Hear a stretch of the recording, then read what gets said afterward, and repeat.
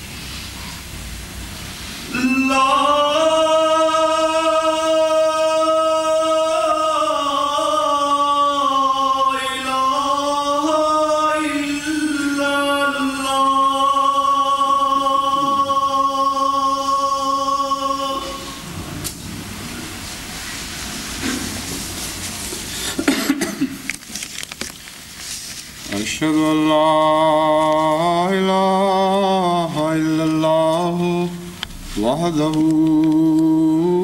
لا شريك له وأشهد أن محمدا عبده ورسوله أما بعد فأعوذ بالله من الشيطان الرجيم بسم الله الرحمن الرحيم الحمد لله رب العالمين الرحمن الرحيم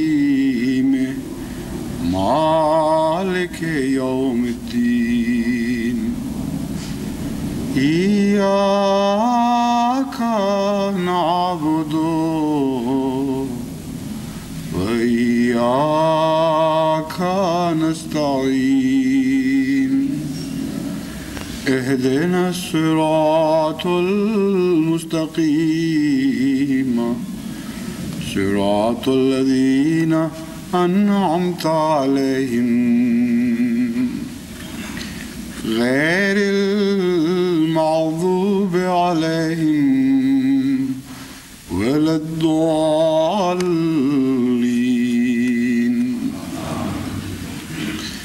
ولما رأى المؤمنون الأحزاب قالوا هذا ما وعدنا الله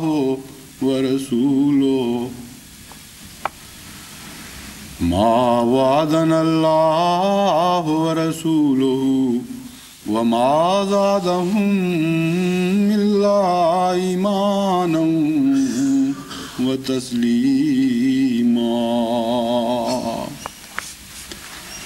من المؤمنين رجال صدقوا ما عاهدوا الله عليه فمنهم من قضى نحبه ومنهم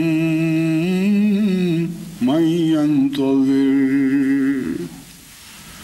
وما بدلوا تبديلا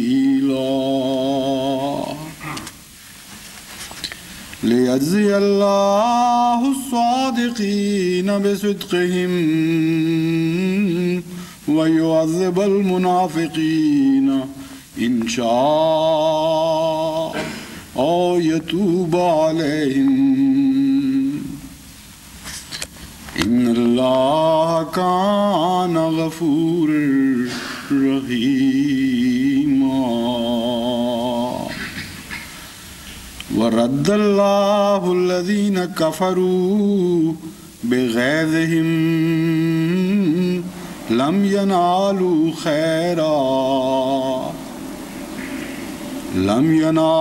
خيرا وكفى الله المؤمنين القتال وكان الله قويا عزيزا.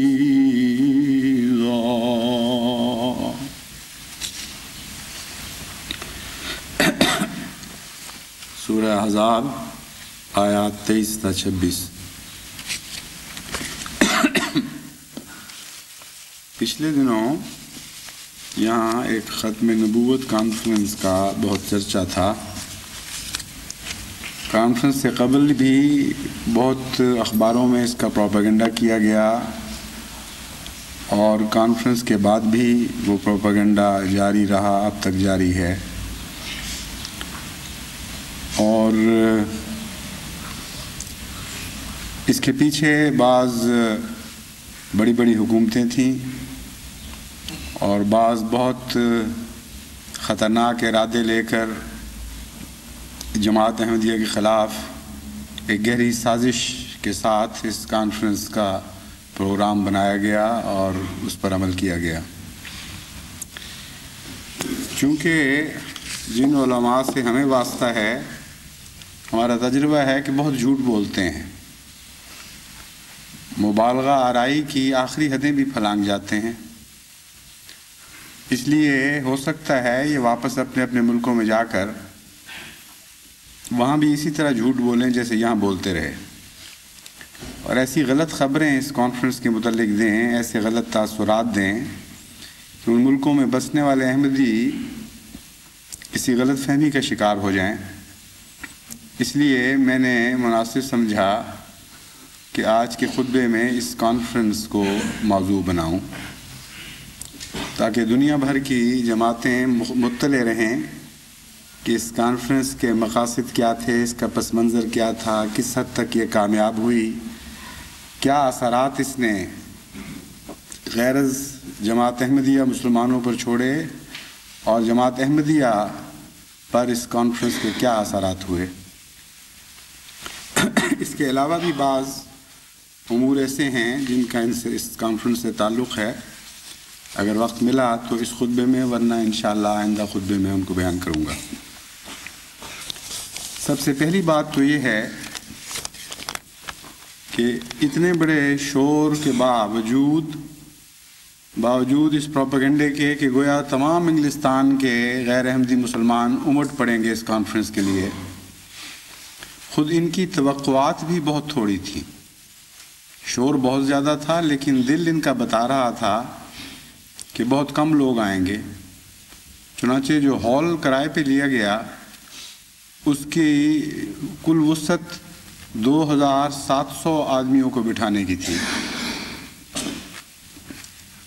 اور جو تصویریں شائع ہوئی ہیں اور جو ہمارے نمائندگان نے جائزہ لیا ہے اس سے بھی پتہ چلتا ہے کہ کم سے کم 500 سیٹیں وہاں خالی رہیں، اور زیادہ سے زیادہ تعداد حاضرین کی 2200 بنتی ہے. جبکہ جماعت احمدیہ کے سالانہ جلسے پر، جو یو کے کا سالانہ جلسہ تھا، نہ کہ عالمگیر جماعت احمدیہ کا سالانہ جلسہ، جو جماعت احمدیہ یو کے کی مساعی کے نتیجے میں منظم کیا گیا تھا، اور اس کے پیچھے کوئی حکومتیں نہیں تھیں، کوئی تیل کی دولت نہیں تھی، کوئی فوجی عامر نہیں تھا جس کی پشت پناہی حاصل ہو. اس کے باوجود خدا تعالیٰ کے فضل سے اس چھوٹی سی جماعت میں بھی 7000 کی تعداد میں اس جلسے میں لوگ شامل ہوئے. تو کوئی نسبت نہیں ہے.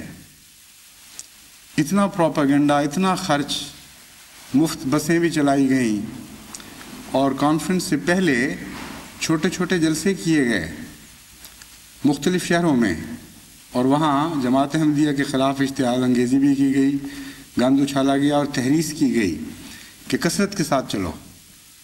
اور آج تمہاری اسلامی غیرت کا سوال ہے، آج ثابت کر دو کہ تم ناموس ختم نبوت کے پروانے ہو، اور تم میں سے ہر شخص جان فدا کرنے کے لیے تیار ہے. عجیب و غریب محاورے استعمال کیے گئے، اور یہ اس کے بعد کا ماحصل ہے. چنانچہ جو تصویریں میں نے خود دیکھی ہیں، حیرت ہوتی تھی دیکھ کے کہ بڑی بڑی جگہیں، بینچ کے بینچ پورے خالی پڑے تھے بیچ میں سے. یہ تو خیر ظاہری کامیابی ہے یا ناکامی، جو بھی اب یہ لوگ کہیں اس کو. دلائل کا ان کا خلاصہ یہ تھا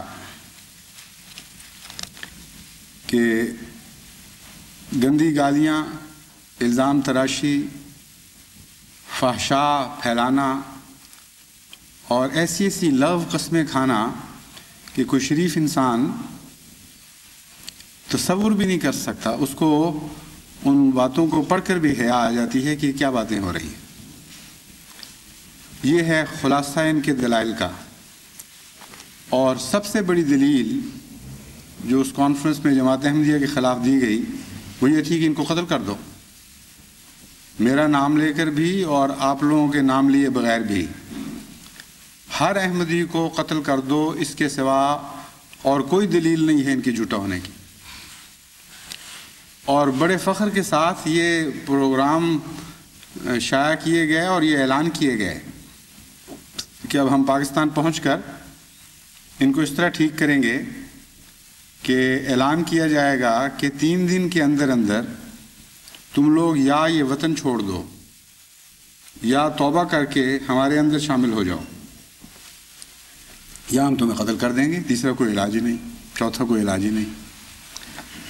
اور یہ اعلان کرتے ہوئے بالکل بھول گئے کہ من و عن بین ہی یہی اعلان قرآن کریم سے ثابت ہے کہ گزشتہ انبیاء کے مخالفین ہمیشہ کرتے آئے ہیں، اور کسی ایک نبی نے بھی یہ اعلان نہیں کیا. قرآن کریم کی بیان کردہ تاریخ کو اٹھا کے دیکھ لیجئے، دیگر مذاہب کی اپنی اپنی کتابوں کو اٹھا کر دیکھ لیجئے، ایک نبی نے بھی یہ اعلان کبھی نہیں کیا کہ ہاں یا ہم تمہیں اپنے گھروں سے نکال دیں گے یا تم اپنے دین میں ہمارے دین میں لوٹ آؤ. یا وہ اس بات پہ ایک تیسری چیز انہوں نے زائد کی ہے، وہ پہلے نہیں کہی گئی تھی کہ یا جس بات پر تم یقین رکھتے ہو اس بات کا اعلان کرنا چھوڑ دو. یہ نئی نئی ایجادات تو ہوتی رہتی ہیں دنیا میں، تو یہ ان کی دنیا کی نئی ایجاد ہے۔ بہرحال قرآن کریم نے جو دو باتیں بیان کی ہیں نمایاں، وہ یہ ہے کہ یا تو تم ہمارے پاس آ کے شامل ہو جاؤ، ورنہ ہم تمہیں وطنوں سے نکال دیں گے یا ہم تمہیں قتل کر دیں گے۔ یہ تین اعلان ہیں جو ہمیشہ گزشتہ زمانے کے انبیاء کے مخالف کرتے رہے، اور کبھی کسی ایک نبی نے بھی اپنے مخالفین کے لیے نہیں کیا۔ تو کس کی سنت پر یہ اعلان ہو رہے تھے؟ یہ عجیب، جب خدا عقلیں مارنے پہ آتا ہے تو باوجود علم کے ان لوگوں کی عقلیں ماری جاتی ہیں۔ قرآن کریم پڑھتے تو ہیں کم از کم، چاہے سرسری ہی پڑھتے ہوں۔ یہ واقعات تو ان کے علم میں یہ ہو ہی نہیں سکتا کہ پتہ نہ ہو کہ حق کے مخالفین کی دلیلیں کیا تھیں، اور بغیر شرمائے وہ ساری دلیلیں اپنا لی، اور حق کے ماننے والوں، حق کے پرستاروں کی جو دلیل تھی وہ ہمارے لیے رہنے دی۔ اب لو کنہ کارہین، اگر ہمارا دل نہ مانے تمہاری ان باتوں کو تسلیم کرنے پر، پھر بھی ہم تمہاری طرف لوٹیں، یہ کیسے ہو سکتا ہے؟ ایمان تو دل کا قصہ ہے۔ مذہب کی تبدیلی یا مذہب پہ قائم رہنا تو عقل و دانش سے تعلق رکھنے والی باتیں ہیں۔ کیسے ہو سکتا ہے کہ سمجھ نہ آئے اور پھر ہم تمہارے اندر شامل ہو جائیں؟ اگر تمہیں منافقین چاہیے تو تمہارے اندر اس کثرت سے پہلے موجود ہیں، اور تم نے کیا کرنے ہیں منافقین؟ کہ چند لاکھ اور منافقین شامل ہو جائیں گے تو تمہیں ٹھنڈ پڑ جائے گی۔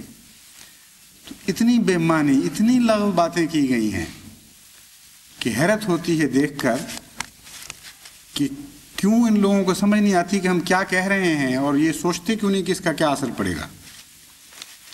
بہرحال جہاں تک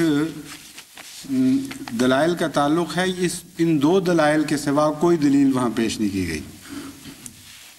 گند بولے گئے ہیں جماعت احمدیہ کے بزرگوں پر، نہایت گندی بہتان تراشی کی گئی ہے، اور اسی لغویات اور فحش میں وہ لوگ خود مبتلا ہو کر ایسی سی لغو قسمیں کھاتے رہے ہیں کہ کوئی شریف انسان اس کا تصور بھی نہیں کر سکتا۔ اور جماعت احمدیہ کو ایک دلیل دی ہے تبلیغی۔ کیسا عمدہ تبلیغ کا ذریعہ، یہ سوچیے تو صحیح۔ مذہب پھیلانے کے لیے کیسی اچھی دلیل ہے کہ یا تم اپنے وطنوں سے نکل جاؤ، یا تم ہمارے اندر شامل ہو جاؤ، ورنہ ہم تمہیں قتل کر دیں گے۔ اگر اس دلیل کے ساتھ مذہب پھیلانے ہوتے تو بالکل اور ہی نقشہ ہوتا مذہب کی تاریخ کا۔ آدم سے لے کر حضرت محمد مصطفیٰ صلی اللہ علیہ وآلہ وسلم کے زمانے تک کی تاریخ بالکل نئے سرے سے نہیں لکھی جاتی۔ جہاں تک اثرات کا تعلق ہے، ہمارا جائزہ یہ کہتا ہے کہ اکثر غیر احمدی شرفاء اور غیر احمدی شرفاء، جب میں اکثر کہتا ہوں تو بھاری تعداد مراد ہے، کوئی معمولی نہیں، بھاری تعداد ان کی اس میں سرے سے شامل ہی نہیں ہوئی، جیسا کہ اعداد و شمار سے ظاہر ہوتا ہے، اور انہوں نے اس کو درخور اعتنائی نہیں سمجھا۔ وہ جانتے تھے کہ اس قسم کے مولوی پہلے بھی دیکھے ہوئے ہیں، یہاں بھی پہنچ گئے ہیں، آئیں گے چند دن رونقیں لگا کے، میلے لگا کے واپس چلے جائیں گے، اور قطعاً انہوں نے اس کے اوپر کوئی توجہ نہ دی۔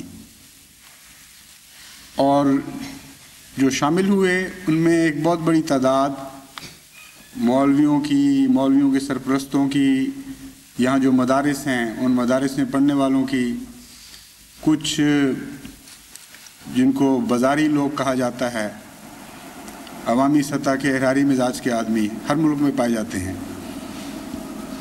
اور یہ سارے وہ ہیں جو گھیر گھار کے سب انہوں نے اکٹھے کیے تھے۔ کل 2200 یا اس سے کچھ کم تعداد بنتی ہے، اور گالیاں دینے کے نتیجے میں انہوں نے جو دوسروں پر اثرات چھوڑے وہ یہ ہیں کہ مولویوں کے خلاف شدید نفرت کا رد عمل پیدا ہوا ہے، اور جو پہلے احمدیت سے ناآشنا بھی تھے ان میں ایک بہت بڑی تعداد ہے جس نے توجہ کرنی شروع کر دی ہے، اور اب جو توجہ ہوئی ہے جماعت احمدیہ کے لٹریچر کی طرف، جماعت احمدیہ کے حالات معلوم کرنے کی طرف، اس سے پہلے اس کی کوئی مثال نظر نہیں آتی۔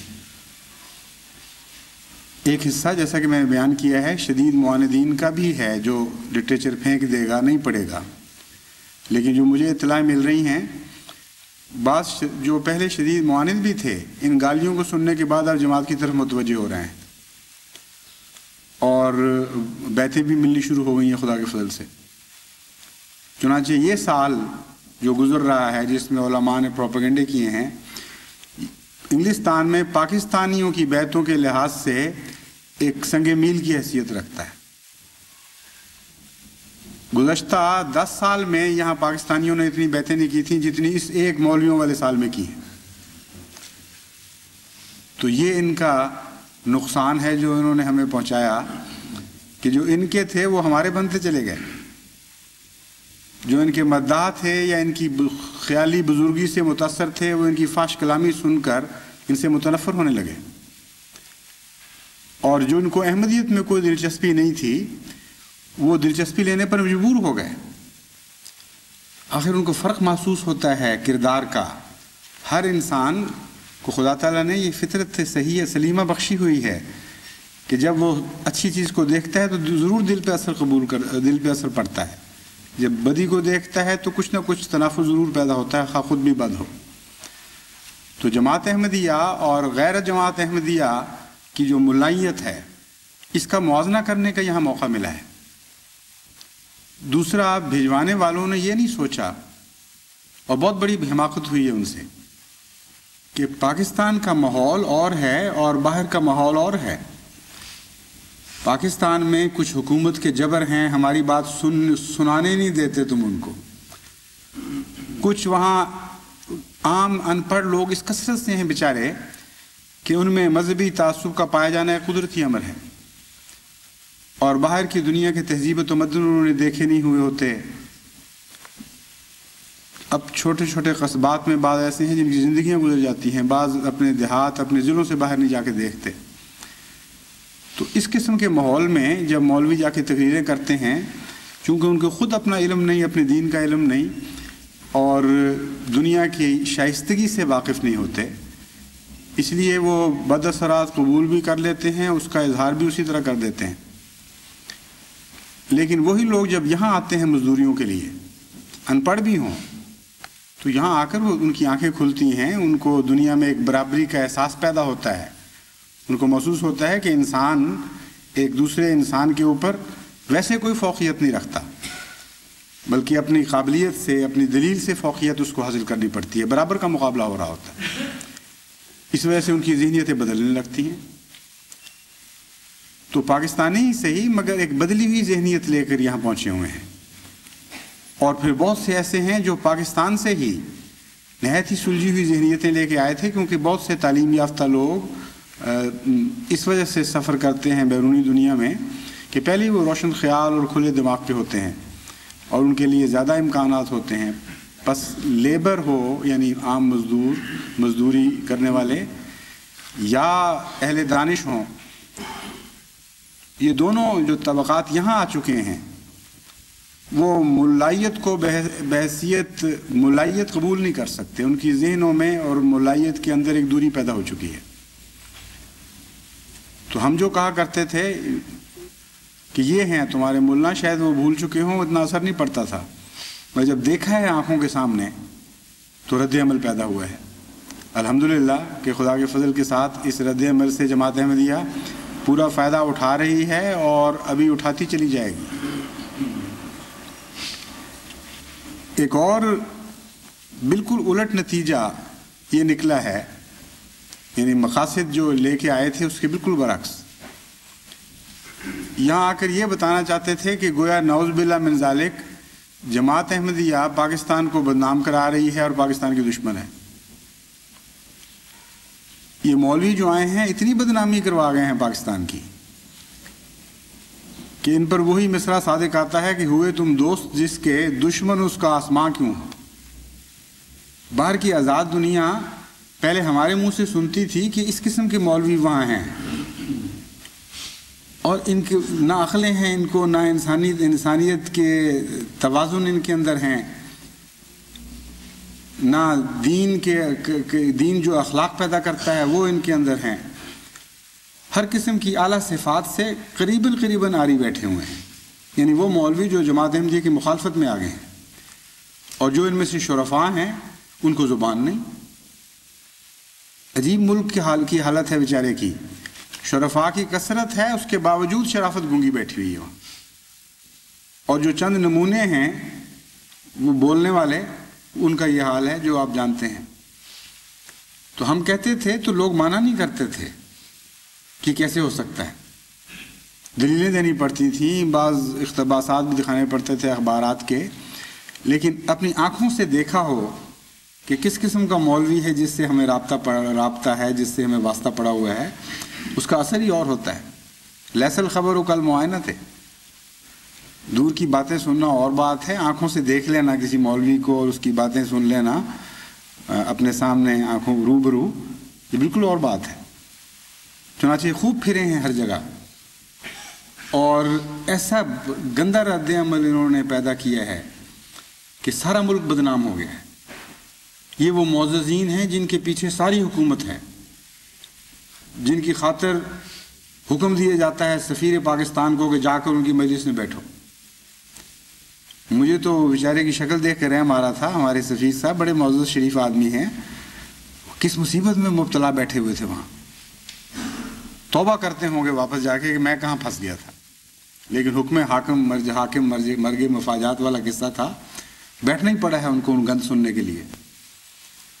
تو جو پاکستانی شرفاء ہیں ان میں بھی شدید رد عمل ہوا ہے، اور جو غیر ہیں ان کو پتہ چلا ہے کہ یہاں بیٹھ کر جو یہ کہہ رہے ہیں کہ جنت میں جانا ہے تو ان کے خلیفہ کو قتل کرو، اور ہم گارنٹی دیتے ہیں کہ تم سیدھا جنت میں جاؤ گے، اور اگر تم نے جنت میں جانا ہے تو احمدیوں کو جڑوں سے اکھاڑ پھینکو، ہر مرد، ہر احمدی عورت، ہر احمدی بچے کو قتل کر دو. یہاں اس آزاد ملک میں بیٹھ کر جو یہ کہہ رہے تھے، اب ہم ان کو بتا سکتے ہیں کہ ہمارا کیا قصور ہے. ہم نے جو تمہیں باتیں بتائی تھی تو اندازہ تو کرو کہ ایسے ملک میں جہاں کا بادشاہ ان کی پشت پناہی کر رہا ہو، وہاں یہ کیا کچھ کہتے ہوں گے. جن کا یہاں یہ حال ہے وہاں یہ کیسے کیسے گرجتے ہوں گے. گھروں میں تو چوہے بھی شیر ہو جایا کرتے ہیں.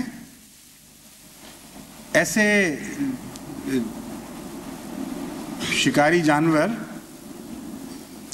جن کو خون لگا ہو انسان کا، وہ تو اپنے غار میں اور اپنے ماحول میں اس قدر خطرناک حیثیت اختیار کر جاتے ہیں کہ بعض طاقتور جانور بھی پاس سے نہیں گزر سکتے. تو ان کا یہاں آ کر یہ حال تھا. اپنے وطن میں ہمارے متعلق کیا کیا باتیں کرتے ہوں گے اور کیسے کیسے ان کے مطالبے ہوں گے. یہ باتیں جو پہلے لوگ نہیں مانا کرتے تھے اب مان گئے، اور ایسی پاکستان کی بدنامی کروائی ہے، اور ایسی اسلام کی انہوں نے بدنامی کرائی ہے کہ شرم آتی ہے سوچ کر. پہلے خمینی صاحب کے قصے چلا کرتے تھے، اب کچھ عرصہ ان مولویوں کے قصے چلیں گے اس ملک میں. یعنی کہیں ایک خمینی طاقت میں آ گئے ہیں اور کئی خمینی ہیں جن کو طاقت نصیب نہیں ہوئی، ورنہ بیچ میں سب کا وہی حال ہے. صرف فرق یہ ہے کہ خمینی صاحب ایک مہذب انسان ہیں، وہ فحش کلامی نہیں کرتے، وہ بعض اصولوں کے پر قائم ہیں اور بعض اصولوں کے قائل ہیں. وہ اصول سخت ہیں ملائیت کی وجہ سے، لیکن ان پر وہ عمل بڑی دیانتداری سے کرواتے ہیں. جو کہتے ہیں وہ کرتے ضرور ہیں. اور ان مولویوں کا یہ حال ہے کہ کہتے رہے یہاں ہر ایک کو کہ خوب قتل کرو اور بالکل نہیں ڈرنا، اور ایک بھی احمدی کو قتل مولوی نے نہیں کیا کبھی. ضرورت نہیں ہے، لوگوں سے مرواتے پھرتے. اگر ایسی آسان جنت ہے کہ پاکستان میں تو یہاں تک بھی کہنے والے تھے کہ نعوذ باللہ من ذالک، حضرت صلی اللہ علیہ وآلہ وسلم خود استقبال کے لیے آئیں گے جنت میں کہ مرزائی کو مار کے آیا ہے. اور کہتے ہیں کچھ نہیں پوچھیں گے، نمازیں پڑھتے تھے کہ نہیں، فاسق فاجر تھے کہ نہیں، قرآن کریم میں جو احکام دیے ان پر عمل کرتے تھے، اور جن باتوں سے منع فرمایا ان سے رکتے تھے یا نہیں رکتے تھے. کہتے ہیں کوئی سوال نہیں، ساری عمر تمہاری بدکاریوں میں گزر چکی ہو، ایک مرزائی کو قتل کرو اور اگر اس کے نتیجے میں مارے جاؤ تو پھر دیکھنا قیامت کے دن تمہارے سے کیا ہوتی ہے. نعوذ باللہ من ذالک. حضرت اقدس محمد مصطفیٰ صلی اللہ علیہ وآلہ وسلم استقبال کریں گے. یہ ان مولویوں کے تصورات ہیں، اور یہ وہ دین لے کر یہاں پہنچے اپنا، نعوذ باللہ من ذالک۔ تو اب اندازہ کریں کہ کس قدر اسلام کی اور پاکستان کی انہوں نے بدنامی کرائی ہوگی۔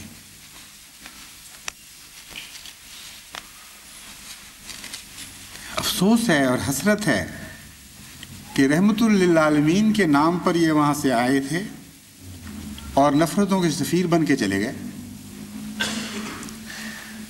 افسوس ہے اور حسرت ہے کہ سلامتی اور امن کے پیغمبر کے نام پر وہاں سے آئے تھے اور بدامنی اور فساد پھیلا کر آخر یہاں سے رخصت ہو رہے ہیں۔ کن دعوی کے ساتھ یہ لوگ چلتے ہیں، کیا کر دکھاتے ہیں جا کر۔ بس ان کے ہاں تضاد ہے قول اور فعل کا، لیکن خمینی صاحب کے اندر سختی ضرور ہے، جو ایک ملائیت کی پیداوار ہے طبی، مگر قول اور فعل کا تضاد کوئی نہیں۔ یہی وجہ ہے کہ قوم کے اندر ان کے اندر بڑی عزت پائی جاتی ہے، اور یہی وجہ ہے کہ ہم بھی ان کی عزت کرتے ہیں اس نقطہ نگاہ سے۔ لیکن ان لوگوں کا عجیب حال ہے، لما تقولون ما لا تفعلون پر کوئی نظر نہیں ہے ان کی۔ نہیں جانتے کہ قرآن کریم نے فرمایا ہے کبر مقتا عند اللہ ان تقولوا ما لا تفعلون، بہت بڑا گناہ ہے کہ اگر تم کہو کچھ اور منہ سے اور کرو کچھ اور، جو کہتے ہو وہ کر کے نہ دکھاؤ۔ بس اگر یہ جنت ہے، اتنی آسان جنت ہے، تو سب سے پہلے مولویوں کو آگے جانا چاہیے اور چھپ کر حملے نہیں کرنے چاہیے احمدیوں پر۔ دن دہاڑے پکڑ کے احمدیوں کو قتل کرنا چاہیے اور مولوی آگے آگے ہوں، اور اس کے بعد اپنا نام پیش کریں اور کہیں کہ ہمیں جنت سے محروم نہ کرو۔ وہاں جا کے جھوٹی قسمیں کیوں کھاتے ہیں کہ ہم نہیں تھے؟ قاتلوں کے حق میں جھوٹی گواہیاں کیوں دیتے ہیں؟ اگر جنت سے کیوں روکتے ہیں پھر قسمیں کھا کھا کے؟ عجیب ہے تضاد ان کے کردار کا، اتنا جھوٹ بولتے ہیں اور پھر اسلام اور حضرت محمد مصطفیٰ صلی اللہ علیہ وسلم اور ناموس محمد مصطفیٰ کے نام پر۔ بہرحال کلیتاً اس حیثیت سے یہ کانفرنس ناکام رہی ہے، اور جہاں تک جماعت احمدیہ کو ڈرانے کا تعلق ہے، ایک مقصد یہ اس کانفرنس کا یہ بیان کیا جاتا ہے، اور کچھ تو یہ بیان کرتے ہیں، کچھ اطلاعیں ہمیں ملتی رہتی ہیں، کیونکہ اس وقت پاکستان کا یہ حال ہے کہ وہاں جو سازشیں بن رہی ہوتی ہیں، پنپ رہی ہوتی ہیں، یا جو جماعت احمدیہ کے خلاف منصوبے بنائے جاتے ہیں، ان سب کی اطلاعیں ہمیں مل جاتی ہیں۔ وجہ یہ ہے کہ جب جماعت احمدیہ کی مخالفت ہو، جب جماعت احمدیہ کے خلاف منصوبہ بازی ہو، تو اس میں مولوی ضرور شامل ہوتا ہے، اور ایک لحاظ سے یہ پیٹ کے بھاری ہوں گے، لیکن فی الحقیقت پیٹ کے ہلکے ہیں۔ بات تو ہضم ہو ہی نہیں سکتی، اس لیے ان کے حلقے احباب سے ساری باتیں پہنچ جاتی ہیں۔ تمام کاروائیاں ہم ملے تھے، اور بڑے فخر سے پھر کہتے ہیں کہ صدر مملکت نے ہم سے یہ وعدے کی ہیں، خاموشی میں پیچھے اندر بیٹھ کر انہوں نے ہم سے یہ باتیں کی ہیں، یہ مقاصد ہیں۔ تمام اپنے حلقہ احباب میں یہ گپیں مارتے ہیں، یا وہاں سچ بھی بولتے ہوں گے کچھ، وہ ساری باتیں یہاں پہنچ جاتی ہیں۔ تو منصوبہ ان کا جو ایک یہ تھا کہ وہ کہتے یہ ہیں، اللہ بہتر جانتا ہے کس حد تک یہ سچ بول رہے ہیں، جھوٹ بول رہے ہیں، کہ ان کی اور حکومت پاکستان کی اس بارے میں خوب ٹھن گئی ہے، اس بارے میں حکومت پاکستان کے ساتھ ان کا پورا اتفاق ہو چکا ہے، اور سمجھوتا ہو گیا، ایک دوسرے کے ساتھ مفاہمت ہے کہ اگر اس دور میں، یعنی صدر ضیاء کے دور میں جماعت احمدیہ تباہ نہیں ہوئی تو پھر کبھی تباہ نہیں ہوگی۔ اگر اس دور میں ان کی خلافت تباہ نہ ہوئی تو پھر یہ کبھی تباہ نہیں ہوگی۔ اس لیے مولویوں کی باتیں جو ہم تک پہنچی ہیں وہ یہ ہیں کہ مولوی تو وہاں جا کے یہ کہتے ہیں کہ حضور آپ کیا سر سیر ہے، بس آپ اب یہ کام کر جائیں تو ہمیشہ کی زندگی پا جائیں گے، اور اتنا عظیم تاج آپ کے سر پر رکھا جائے گا جو کوئی نہیں پھر چھین سکے گا۔ اور وہ ان کو یہ کہتے ہیں کہ ہاں پھر تم کام کرو، یہ تاج میرے لیے جیتو، اور تمام حکومت کی مشینری تمہاری سرپرستی میں کھڑی ہے، تمہاری پشت بنائی کر رہی ہے۔ جہاں تک سعودی عرب کا تعلق ہے، ان کا پیسہ ان کے کام آ رہا ہے، ان کے مقاصد کیا ہیں، یہ ایک الگ مضمون ہے، بڑی تفصیل کے ساتھ اس کا بھی تجزیہ ہم کر چکے ہیں، جانتے ہیں کہ کیوں ہے، کیونکہ جب تک ہم واقعات پر نظر نہ رکھیں دفاعی کارروائی نہیں کر سکتے۔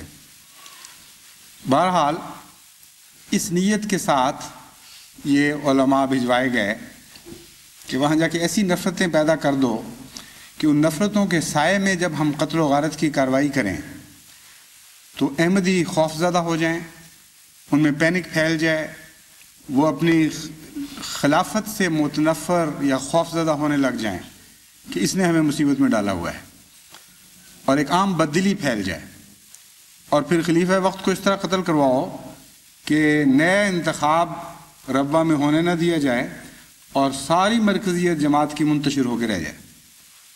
یہ منصوبہ ہے، اس قدر بے وقوفوں والا منصوبہ ہے کہ حیرت ہوتی ہے۔ جماعت کی تاریخ پر نظر تو کر کے دیکھیں کہ یہ جماعت ہے کیا چیز۔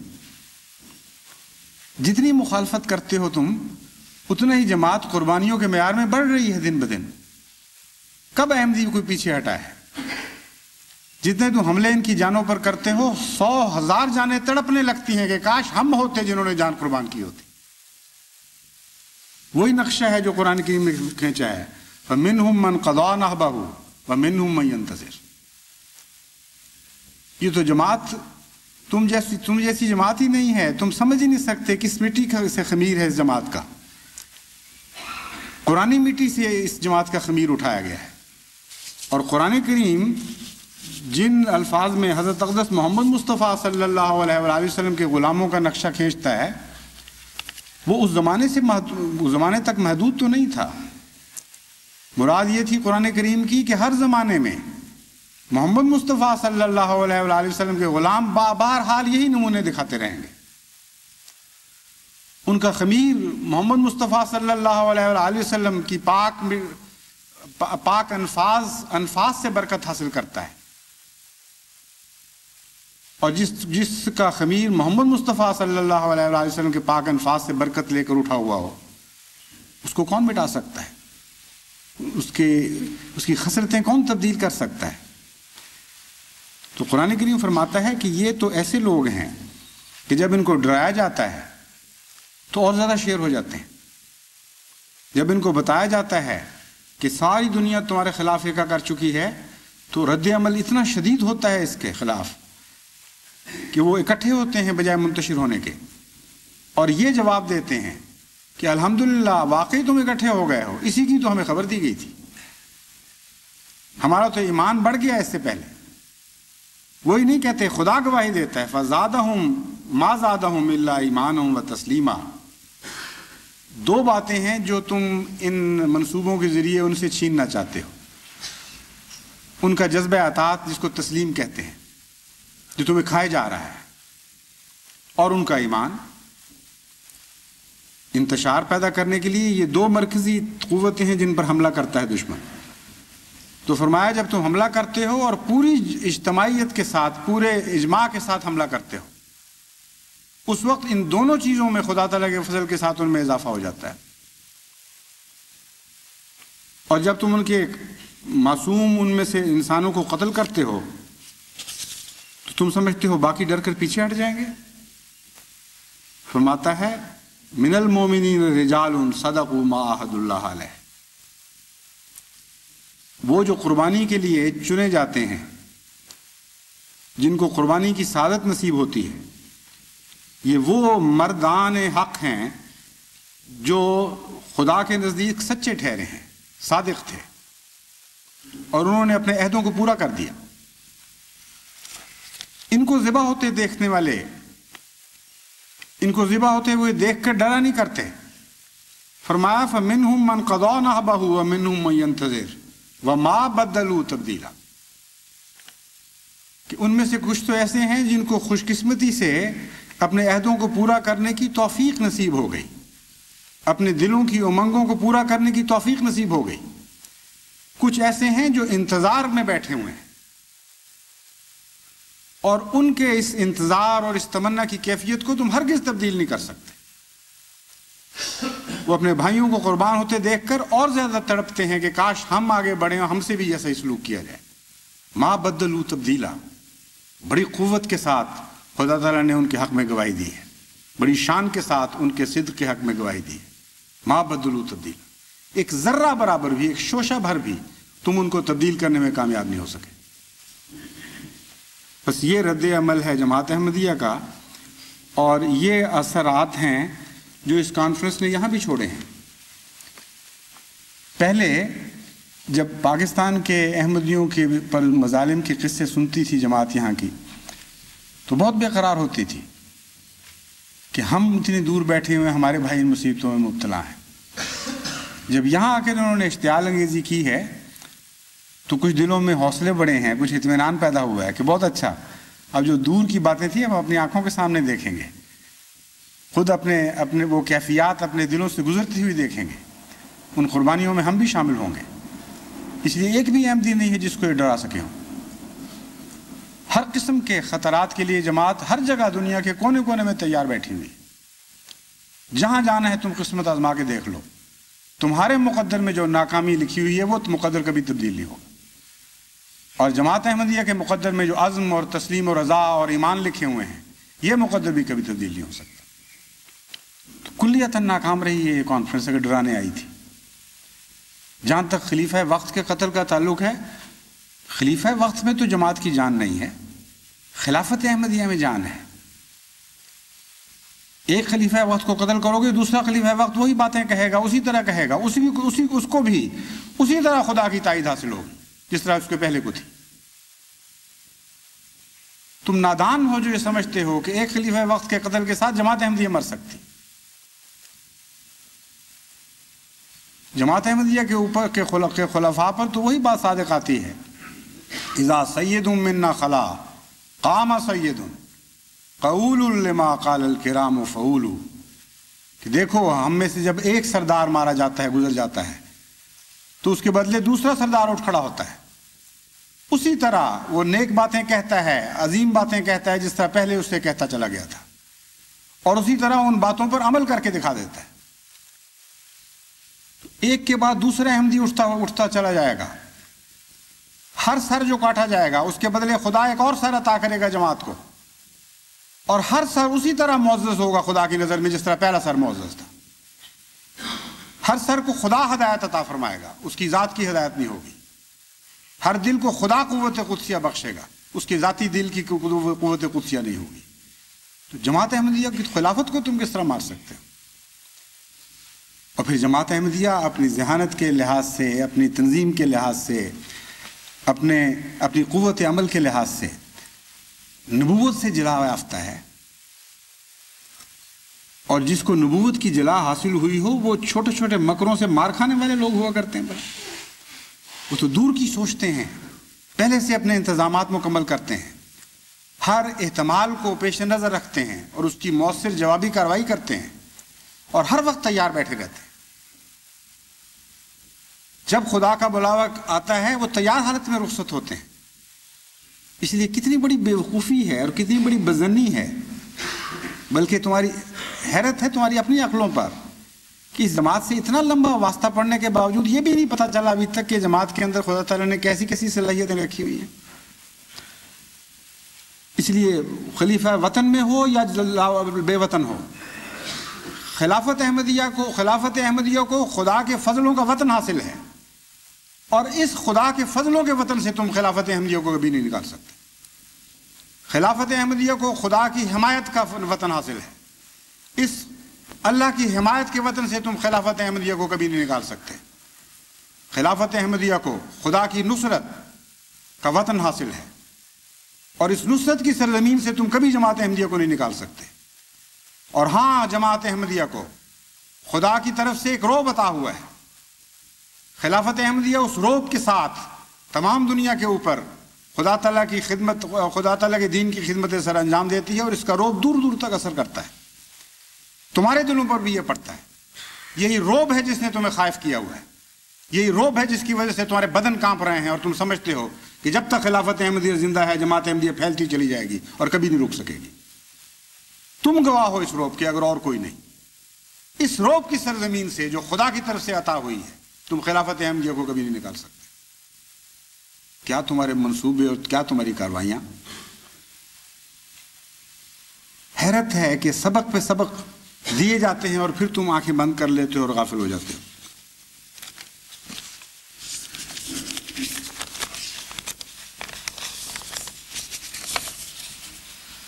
کچھ حصے ایسے ہیں اس کے پس منظر کے جن میں صرف جماعت احمدیہ کو دلچسپی نہیں بلکہ سارے پاکستان کو دلچسپی ہونی چاہیے. تمام پاکستان کو بھی دلچسپی ہونی چاہیے اور وہابی فرقہ کے علاوہ دیگر مسلمان فرقوں کو بھی دلچسپی ہونی چاہیے. اور اس کے پس منظر اس کا کیا ہے، مقاصد کیا ہیں، کس حد تک وہ اس میں کامیاب ہوئے یا ہو سکتے ہیں، یہ ایک الگ داستان ہے. اور میں سمجھتا ہوں کہ جماعت احمدیہ کو ان امور سے بھی آگاہ کرنا ضروری ہے تاکہ وہ خود ان کو باتوں کو سمجھ کر دوسروں تک پہنچائیں، یا پھر جس طرح کے خطبات کثرت سے دنیا میں پھیلائے جا رہے ہیں براہ راست جو دوست ان کو سننا چاہتے ہیں ان کو سنائیں اور ان کو بتائیں کہ اسلام کے خلاف اسلام کے نام پر کیا کیا سازشیں ہو رہی ہیں اور ذاتی اغراض کے لیے اسلام کے مقدس نام کو کس طرح استعمال کیا جا رہا ہے، کیا کیا احتمالات ہیں اس کے نتیجے میں. بس اس کے متعلق انشاءاللہ چند جو باتیں رہ گئی ہیں وہ آئندہ بیان کروں گا. احباب جماعت سے میں یہ کہتا ہوں کہ وہ مستعد رہیں اور آنکھیں کھول کر زندگی گزاریں. پہلے بھی خدا کے فضل سے مستعد ہیں، لیکن دشمن جو یہاں پہنچا ہے یہ خاص منصوبوں کے تحت پہنچا ہے. جو گالیاں دی گئی ہیں یہ بھی خاص منصوبوں کے تحت گالیاں دی گئی ہیں. مقصد یہ تھا ہی نہیں کہ دلائل کے ذریعے احمدیت کو شکست دی جائے، کیونکہ دلائل ان کے پاس ہیں کوئی نہیں. بار بار ان دلائل کی شکست یہ اپنی آنکھوں سے دیکھ چکے ہیں. اس لیے اگر دلائل ہوتے ان کے پاس تو ہمیں وہاں کیوں نہ اجازت دیتے کہ ہم دلائل کے ساتھ ان کا مقابلہ کریں، اور پھر ہمیں ہراتے، شکست دیتے اور ذلیل کرتے اپنے ملک میں کہ دیکھو یہ ان کی دلیلیں تھیں، ہم نے توڑ کر یہ ٹکڑے ٹکڑے کر دی. دلائل تو تھے ہی نہیں، اس لیے یہاں آئے ہیں صرف گالیاں دینے کے لیے اور اشتعال انگیزی کے لیے، اور اس کے پیچھے بھیانک سازشیں ہیں. اس لیے باوجود اس کے کہ ہم خدا کی راہ میں مرنے کے لیے تیار ہیں، مگر خدا کی رضا ہم سے یہ چاہتی ہے کہ اپنی قیمتی جانیں بے وجہ نہ دیں، کیونکہ دنیا کو بھی ہماری ضرورت ہے. یہ ایک عجیب قسم کا توازن ہے جو بڑا ہی باریک توازن ہے. اس کو سمجھنا بھی ضروری ہے اور اس پر اسی طرح اس پر عمل کرنا ضروری ہے. جب صحابہ کو شہادت کی طرف بلایا جاتا تو بڑے ذوق شوق کے ساتھ جاتے تھے، لیکن کبھی یہ نہیں آپ نے دیکھا کہ کسی صحابی نے تلوار اٹھانے میں دیر کر دی ہو اور دشمن کو موقع دیا ہو کہ پہلے وہ وار کر دے. کبھی آپ نے یہ نہیں سنا ہوگا کہ کسی صحابی نے اپنی دفاعی شیلڈ اٹھانے میں دیر کر دی ہو اور دشمن کو موقع دیا ہو کہ وہ اس پر کامیاب وار کر دے تاکہ وہ شہید ہو جائے. عجیب توازن تھا ان کی زندگیوں میں. شہادت کا شوق ایسا کہ دعائیں کرواتے تھے حضرت اقدس محمد مصطفیٰ صلی اللہ علیہ وآلہ وسلم سے کہ دعا کریں ہم شہید ہو جائیں، اور بار بار عرض کرتے تھے جنگ کے دوران بھی، اور لڑتے اس شدت کے ساتھ تھے اور اپنا دفاع ایسی کامیابی کے ساتھ کرتے تھے کہ نہیں شہید ہو سکتے تھے. یہ جو زندگی کی کیفیت ہے حیرت انگیز، دنیا اس سے ناواقف ہے، سوچ بھی نہیں سکتی. یہ اہل ایمان کا ہی صرف کرشمہ ہے. مگر حضور صلی اللہ علیہ وآلہ وسلم اور آپ کے غلاموں نے اس کو خوب کھول کر ہمارے سامنے رکھ دیا. یہ وہ بظاہر تضاد لیکن فی الحقیقت تضاد سے آری چیز ہے. خلوص اور تقوی اور سچائی کے ساتھ ہم جو ایمان رکھتے ہیں بالکل اسی ایمان کو جب عملی دنیا میں ڈھالا جاتا ہے تو اس قسم کے نظارے پیش آتے ہیں. ہمارا نظریہ یہ ہے کہ اللہ تعالیٰ نے انسان کو اپنے دفاع کے لیے، اپنے کامیابی کے لیے جتنی صلاحیتیں بخشی ہیں وہ تمام کے تمام انتہائی جد و جہد اور کوشش کے ساتھ خدا کی راہ میں صرف کر دی جائیں. اور اس راہ میں اگر موت آئے تو اسے اپنی خوش نصیبی سمجھیں. موت کی دعا کریں مگر ان معنوں میں نہیں کہ ہماری غفلت سے ہم پر موت آئے. موت کی دعا ان معنوں میں کہ اے خدا ہم حد کر دیں سب کچھ، پھر بھی ہمیں تو اپنی راہ میں اپنی خاطر بلا لے. یہ ہے وہ ایمان کی اندرونی کیفیت جس کے نتیجے میں وہ نظارے دیکھنے میں آئے جو آن حضرت صلی اللہ علیہ وآلہ وسلم کے غزوات میں بکثرت دیکھنے میں آتے تھے. چنانچہ جنگ احد میں یہ ایک عجیب واقعہ پیش آیا اور بار بار آیا کہ ایک صحابی جو بہت ہی اللہ تعالیٰ کے فضل کے ساتھ غیر معمولی جنگی صلاحیتیں رکھتے تھے، وہ دشمن کی صف پر حملہ کرتے تھے بار بار، اور اتنی کامیابی کے ساتھ حملہ کرتے تھے اور دفاع کرتے تھے کہ نرغے میں آنے کے باوجود جب صحابہ سمجھتے تھے کہ اب یہ واپس نہیں آ سکے گا، پھر وہ صفیں چیرتا ہوا واپس آ جاتا تھا اور واپس آ کر آن حضرت صلی اللہ علیہ وسلم کی خدمت میں حاضر ہوتا تھا. وہ کہتا یا رسول اللہ میرے لیے دعا کرے میں شہید ہو جاؤں. ابھی تک شہید نہیں. پھر وہ پلٹ کر حملہ کرتا تھا اور پھر اسی طرح دشمن کی صفیں چیرتا چلا جاتا تھا، اور نرغے میں بظاہر پھنسنے کے بعد پھر جیسے سورج نکلتا ہے افق سے اس طرح وہ نمودار ہوتا تھا. پھر حضور اکرم صلی اللہ علیہ وسلم کی خدمت میں حاضر ہوتا تھا اور کہتا تھا یا رسول اللہ میں سب کچھ کر دیکھا ہے، خطرناک سے خطرناک جگہ بھی پہنچا ہوں مگر نہیں شہید ہو سکا، میرے لیے دعا کیجئے کہ میں شہید ہو جاؤں.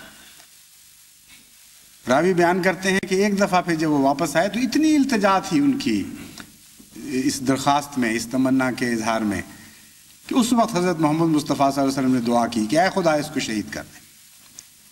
کہتے ہیں وہ سورج پھر جب بادلوں کے پیچھے گیا ہے تو پھر واپس نہیں لوٹ کے دیکھا گیا، پھر وہ دوسرے روحانیت کے افق میں نمودار ہوا ہے. ایک اور ہی افق پر وہ ابھرا ہے مگر نئی شان کے ساتھ اور نئی چمک کے ساتھ.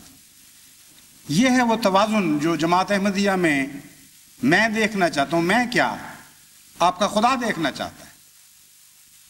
یہ وہ توازن ہے جو حضرت محمد مصطفیٰ صلی اللہ علیہ وآلہ وسلم نے اپنے صحابہ میں پیدا کر کے دکھا دیا تھا. بس اپنے دفاع سے غافل نہ ہو. شہادت کی تمنا کا ہرگز یہ مطلب نہیں ہے کہ آپ کو جو خدا تعالیٰ نے حقوق دیے ہیں اپنے دفاع کے ان سے غافل ہو جائیں، کیونکہ شہید ہونے والے کو تو دکھ نہیں ہوگا، وہ تو خوش نصیب ہوگا، وہ تو فزت برب الکعبہ خدا کی قسمیں کھاتا ہوا یہاں سے جائے گا کہ ہاں خدا کی قسم، رب کعبہ کی قسم میں کامیاب ہو گیا. لیکن اس کے پیچھے ہیں وہ لوگ جن کو ایک ایک بھائی کی جدائی سے دکھ پہنچتا ہے، خوش نصیبی سمجھتے بھی ہیں لیکن یہ حسرت رکھتے ہیں کہ کاش ہمیں یہ خوش نصیبی پہلے حاصل ہو جاتی. تو ہر شہادت پہ جماعت خوش نصیب بھی بنتی ہے اور دکھ بھی اٹھاتی ہے. وہ تضاد بظاہر تضاد جو پہلی حالت میں پایا جاتا تھا وہ اس دوسری حالت میں بھی پایا جاتا ہے. یعنی شہادت سے قبل کی تمنا میں بھی ایک بظاہر تضاد ہے، تمنا ہے مگر دفاع ہے، اور دفاع بھی انتہا درجے کا اور ذہانت بھی کمال کی. پوری طرح دشمن کے منصوبوں کو سمجھنا اور اس کے مقابل پر تیار ہونا، اور پھر جب خدا یہ سعادت نصیب فرماتا ہے اس وقت بھی جذبات میں ایک تضاد پیدا ہو جاتا ہے. خوش نصیبی سمجھتے ہوئے بھی جو پیچھے رہ جاتے ہیں ان کے دلوں میں حسرتیں بھی اٹھتی ہیں، ان کے دلوں میں دکھ بھی پیدا ہوتا ہے. اپنے ہر بھائی کے دکھ سے سارا بدن دکھنے لگتا ہے. اس لیے بھی آپ کی ذمہ داری ہے کہ اپنی پوری طرح حفاظت کریں. یہ وہ آزاد ملک ہے جہاں ہر شخص کو اپنے دفاع کا حق حاصل ہے، اور ایسے بیسیوں اور ملک ہیں جہاں ہر شخص کو اپنے دفاع کا حق حاصل ہے، مشرق میں بھی ہیں اور مغرب میں بھی ہیں.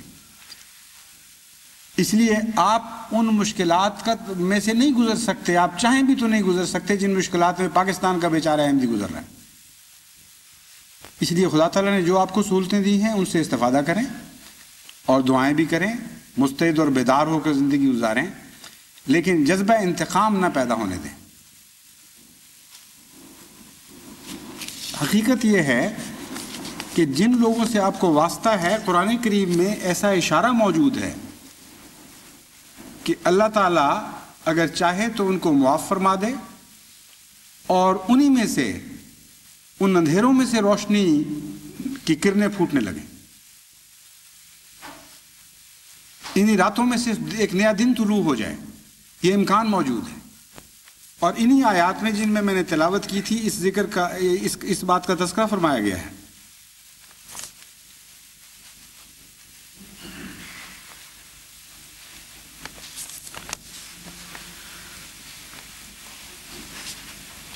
لِيَجْزِيَ اللَّهُ الصَّادِقِينَ بِصِدْقِهِمْ وَيُعَذِّبَ الْمُنَافِقِينَ إِنْ شَاءَ أَوْ يَتُوبَ عَلَيْهِمْ إِنَّ اللَّهَ كَانَ غَفُورًا رَحِيمًا. یہاں دو باتیں خاص طور پر قابل توجہ ہیں. اول یہ کہ صادقین کی مخالفت کرنے والوں کو یہاں کافرین نہیں فرمایا گیا بلکہ منافقین فرمایا گیا ہے. اور منافقین کا لفظ گو کافروں پر بھی اطلاق پاتا ہے لیکن خصوصیت کے ساتھ ان لوگوں پر اطلاق پاتا ہے جو کہتے کچھ اور ہیں اور کرتے کچھ اور ہیں. تو ایسے مخالفین مراد ہیں جن کے دعوی کچھ اور ہیں اور عمل کچھ اور ہیں. محمد رسول اللہ علیہ وسلم کی طرف منسوب ہوتے ہیں اور حضرت صلی اللہ علیہ وسلم کی طرف منسوب ہونے کے نتیجے میں جو شائستگی، جو اعلیٰ اخلاق، جو کردار ہونا چاہیے وہ ان سے من میں نہیں ہوتا. اسلام کی طرف منسوب ہوتے ہیں لیکن سلامتی کی بجائے بدامنی اور فساد پھیلانے والے بن جاتے ہیں. تو کافرین میں یہ باتیں عموماً یعنی کافر لفظ سے یہ باتیں ظاہر نہیں ہوتی، لیکن جب منافق کہا جائے تو یہ منظر بخوبی کھل کر سامنے آ جاتا ہے کہ جو مخالفین ہیں ان کے قول اور ہیں اور ان کے کردار اور ہیں. لیکن فرمایا کہ چاہے اللہ اس لیے کہ خدا تعالیٰ صادقوں کو ان کے صدق کی جزا دے اور منافقین کو عذاب دے. انشاء اگر اللہ چاہے، اور یتوب علیہم اور چاہے تو ان کو معاف فرما دے. ان اللہ کان غفور الرحیمہ، یقینا اللہ تعالیٰ بہت بخشش کرنے والا اور بہت رحم فرمانے والا ہے. یتوب علیہم سے مراد معاف فرمانا ان معنوں میں ہے کہ ان کو توبہ کی توفیق بخشے اور پھر ان کی توبہ کو قبول کر لے. یعنی جرم کر کے معافی اور بات ہے، یک طرفہ جو وہ خدا وہ بھی دیا کرتا ہے بسا اوقات، لیکن یہاں یتوب علیہم سے مراد یہ ہے کہ خدا تعالیٰ ان کو توبہ کی توفیق عطا فرمائے اور پھر اس توبہ کو قبول کر لے. تو انشاء اور یتوب علیہم یہ دو جو اللہ تعالیٰ نے قرآن کریم میں اس موقع پر اظہار رکھے ہیں، ایکسپریشنز رکھے ہیں، ان سے بھاری امید بنتی ہے کہ اللہ تعالیٰ سے کے فضل سے ہرگز بعید نہیں کہ اس قوم کو یعنی ان کی اکثریت کو توبہ کی توفیق بخشے اور ہدایت عطا فرمائے. اس لیے جب آپ کو میں کہتا ہوں مقابلے کے لیے تیار رہیں تو ہرگز مراد یہ نہیں ہے کہ نفرت کے ساتھ مقابلے کے لیے تیار رہیں یا انتقامی کارروائیوں کے لیے تیار رہیں. آپ کی انتقامی کارروائی تو اصلاح میں ہے اور بخشش میں ہے اور مغفرت میں ہے. اور اس آیت کو سننے کے بعد آپ کے دل میں یہ امید کی کرن روشن ہو جائے، امید کی شمع روشن ہو جانی چاہیے کہ خدا تعالیٰ ان میں سے بھی اپنے فضل اور رحم کے ساتھ نور کے سوتے چاہے تو نکال سکتا ہے. خدا تعالیٰ چاہے تو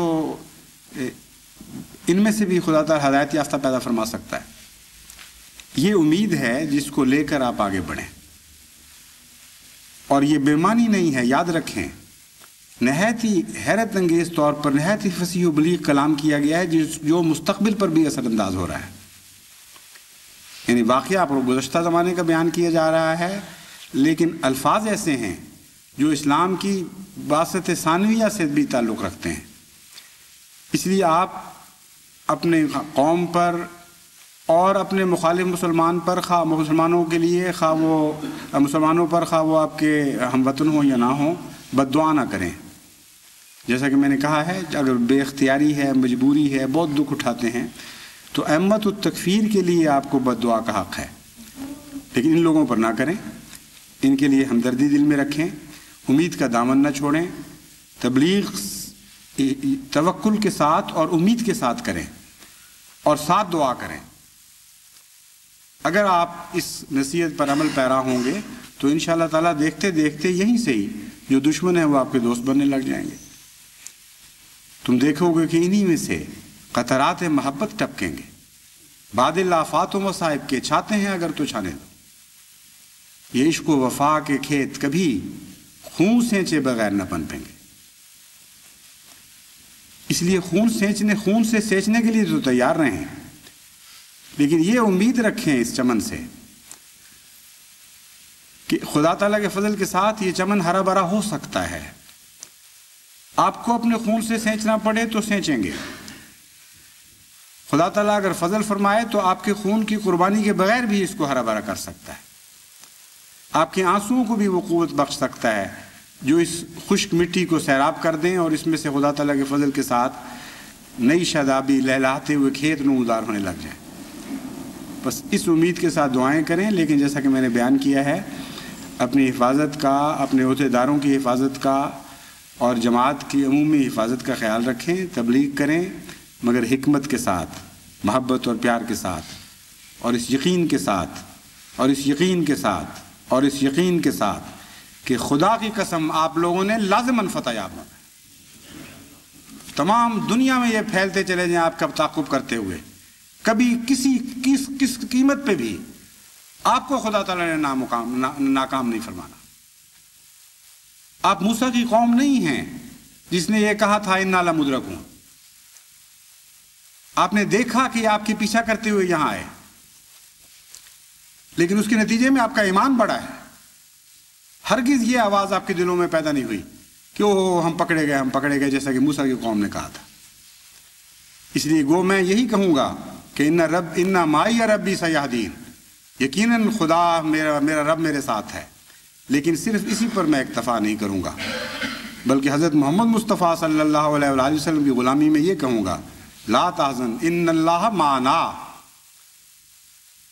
غم نہ کرنا، خدا میرے ہی ساتھ نہیں، خدا آپ کے ساتھ بھی ہے، ہمارے ساتھ ہے. خدا ہم سب کا خدا ہے، یعنی محمد مصطفیٰ صلی اللہ علیہ وسلم کا خدا جو ہم سب کے ساتھ جیسے پہلوں کے ساتھ تھا آج بھی ہے.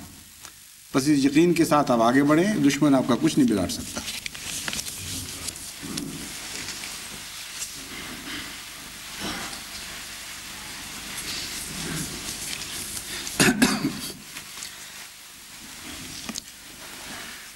الحمد للہ نحمدہ ونستعینہ ونستغفرہ ونؤمن بہ ونتوکل علیہ ونعوذ باللہ من شرور انفسنا ومن سیئات اعمالنا.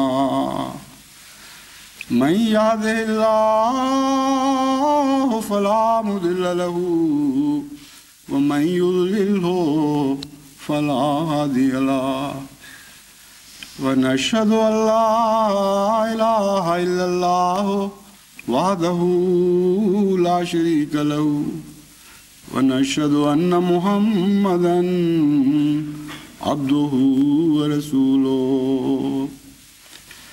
عباد اللہ رحمکم اللہ ان اللہ یامر بالعدل والإحسان وإیتاء ذی القربى وینہی عن الفحشاء والمنکر والبغی یعظکم لعلکم تذکرون. اذکروا اللہ یذکرکم وادعوہ یستجب لکم